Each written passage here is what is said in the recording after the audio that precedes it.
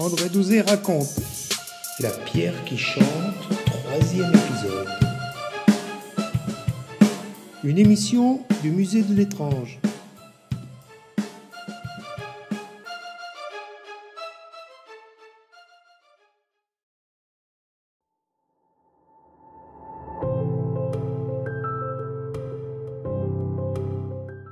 Et ils l'ont eu, le cornette.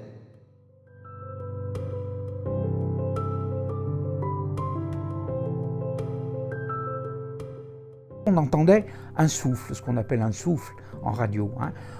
Autrefois, lorsqu'on écoutait France Inter ou Europe numéro 1, ça démarrait qu'à 5 h du matin. Et avant, il y avait soit de la musique, soit un souffle qui faisait... Voilà, c'était ça le souffle. Et tout à coup, la musique démarrait sur France Inter. Voilà. Et donc, on entendait le souffle à chaque fois, un souffle qui était égal à lui-même, rien d'intéressant, et puis un beau jour. Crac, c'est parti. La pierre s'est mise à chanter. Il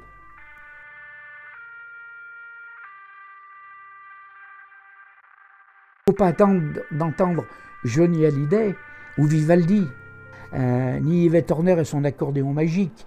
Non, c'est un bruit. Avant d'être un chant, disons que c'est un bruit, mais un bruit harmonieux.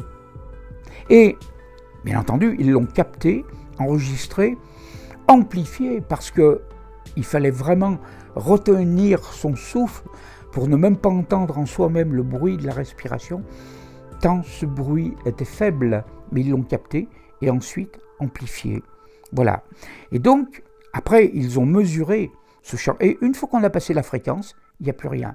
C'est sur une ou deux, trois graduations, et la centrale est forte, et celle qui est avant et celle qui est après est pratiquement inaudible, mais en tout cas, c'est ce même bruit qui se répète. Donc en fin de compte, la pierre qui chante n'est qu'un émetteur-récepteur, comme on en avait autrefois dans nos Nord 2501, ou dans les constellations, ou dans les Dakota. Parce que je parle de ces trois parce que, ayant été radio-navigant, c'était sur ces trois que je voyais des postes de radio à quartz. Voilà, ensuite j'ai eu des montres à quartz. Alors, ces 5 notes, on va plus loin encore, c'est qu'il n'y a que 5 notes. Et ces 5 notes, c'est là qu'ils m'ont appris, ils m'ont dit 5 notes, sans entrer d'une façon très compliquée dans des hypothèses sulfureuses, magiques. Non, non, 5 notes, c'est la gamme, les premières gammes de musique, la musique arabe, nord-africaine, légèrement acidulée, et qui va nous rappeler nos musiques médiévales, avec le même son légèrement aigrelet. Eh bien, c'est la gamme de Pythagore sur 5 notes. Ensuite, avec la Renaissance, nous allons passer sur la gamme qui est encore celle qui gère notre musique à 7 notes. On va passer sur 7. C'est une boîte à vitesse, elle est beaucoup plus souple avec 7 vitesses que 5. Et donc, la gamme qu'on va faire à partir de la gamme de Pythagore sera plus fluide et on n'aura plus cette gamme aigrelette que moi j'aime bien, les musiques nord-africaines. Voilà, bon, ça c'était pour donner. Et 5 notes, ils les ont numérotées, donc on a dans quel sens les notes de la gamme sur 5 sont distribuées. Et en fin de compte, si à moi on me demandait d'égrener 5 notes, ce serait une catastrophe pour les oreilles. Je n'ai rien de musicien, ni le chant, ni la musique. Je ne sais pas jouer d'un instrument. Et donc, ils m'ont dit, cette gamme est harmonieuse. Et en effet, lorsqu'ils ont amplifié, lorsqu'on entend ces 5 notes qui vont se diffuser à l'infini, quand elle a fini, cette gamme de 5 repart, toujours la même. Il n'y a aucune modification. Chaque fois qu'on y est monté, c'est toujours la même. Et telle qu'on l'entend, elle est devenue harmonieuse. C'est pas quelque chose qui est dissonant. Il va dire, mais ça me casse les oreilles ce bruit. C'est pas un bruit, c'est un son. Et c'est un son qui est fluide, qui n'est pas désagréable à l'oreille, mais qui va s'émettre dans les ultrasons, les infrasons, pardon. Les infrasons, voilà. Et donc, il m'a dit, voilà, c'est ça le chant de la pierre qui chante. C'est pas compliqué, c'est technique, c'est pas le diable, c'est pas Merlin, puisque le hameau qui est en dessous, ça s'appelait autrefois Merlin. Merlin, les romans de la table ronde, le roi Arthur, Guenièvre, Lancelot, Galahad, la quête du Graal. Donc maintenant nous avons le chant. En cadeau, ces ingénieurs suisses m'ont laissé un petit enregistrement. On a pu capter ce son qui est harmonieux et qu'on peut peut-être appeler un chant minéral, à moins que ce soit un chant de force. Un chant, quoi qu'il en soit, c'est un chant. Mais les cupules, quand on se met en contrebas et face à la pierre et qu'on part légèrement sur la droite, il y a une pierre en promontoire, on monte dessus et là on a le spectacle en pleine figure. On va s'apercevoir que cette grosse amande rocheuse a été à peine taillée. Les druides modifiaient le moins possible la pierre pour lui laisser toute sa valeur, toute sa magie, toute sa force. Et c'était une façon de respecter la pierre. Mais ils ont fait 3 cupules là. Et donc si on regarde ces cupules dans cette perspective, quand on est sur ce promontoire, eh bien cette amande rocheuse devient un visage.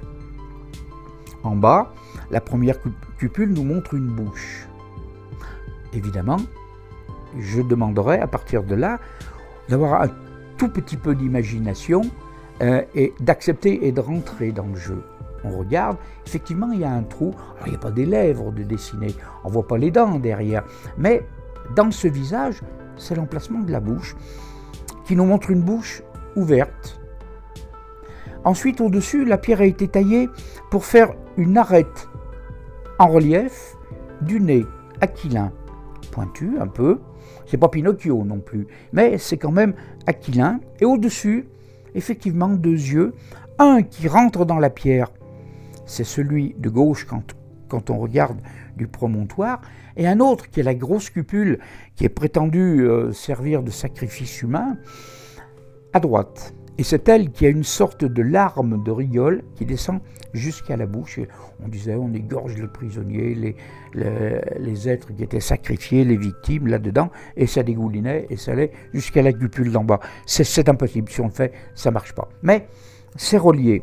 Et un front démesuré vers le haut.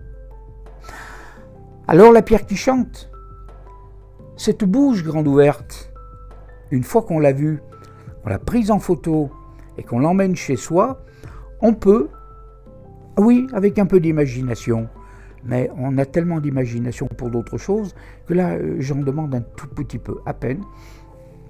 C'est une bouche dans un visage, et cette bouche crie ou chante très fort.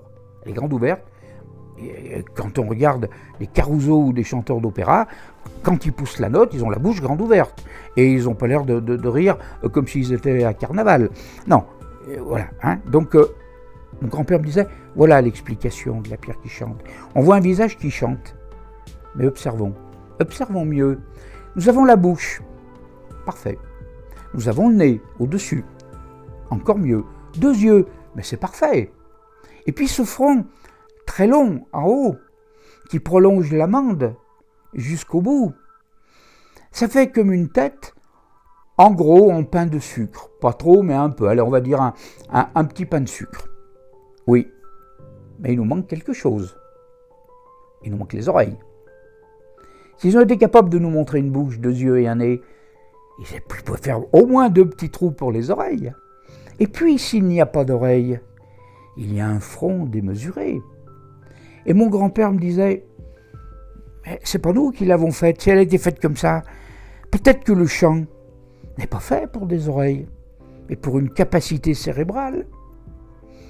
Après tout, les chiens entendent bien les ultrasons, parfois à 500 mètres, 600 mètres, 700 mètres, où j'ai vu des chiens de guerre à plus d'1 kilomètre entendre le sifflet à ultrason ou infrason, je ne sais pas, du maître chien, et ils revenaient.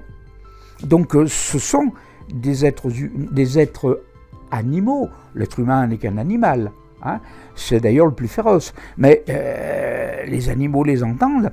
L'homme a peut-être perdu la faculté de les entendre. Mon grand-père me disait, ceux qui ont fait la pierre nous montrent bien que ce n'est pas réservé aux oreilles.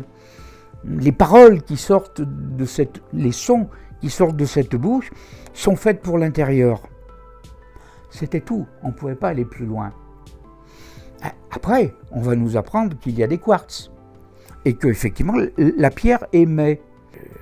pourquoi n'émettrait-elle pas un son qu'un cerveau adapté à cette époque? Peut-être qu'on adaptait, peut-être qu'avec un enseignement, allez, disons magique ou tout ce qu'on veut, on finissait par choisir des gens qui pouvaient recevoir. Pourquoi pas? Toujours est-il qu'effectivement, on peut dire que l'homme entend à l'intérieur ce chant.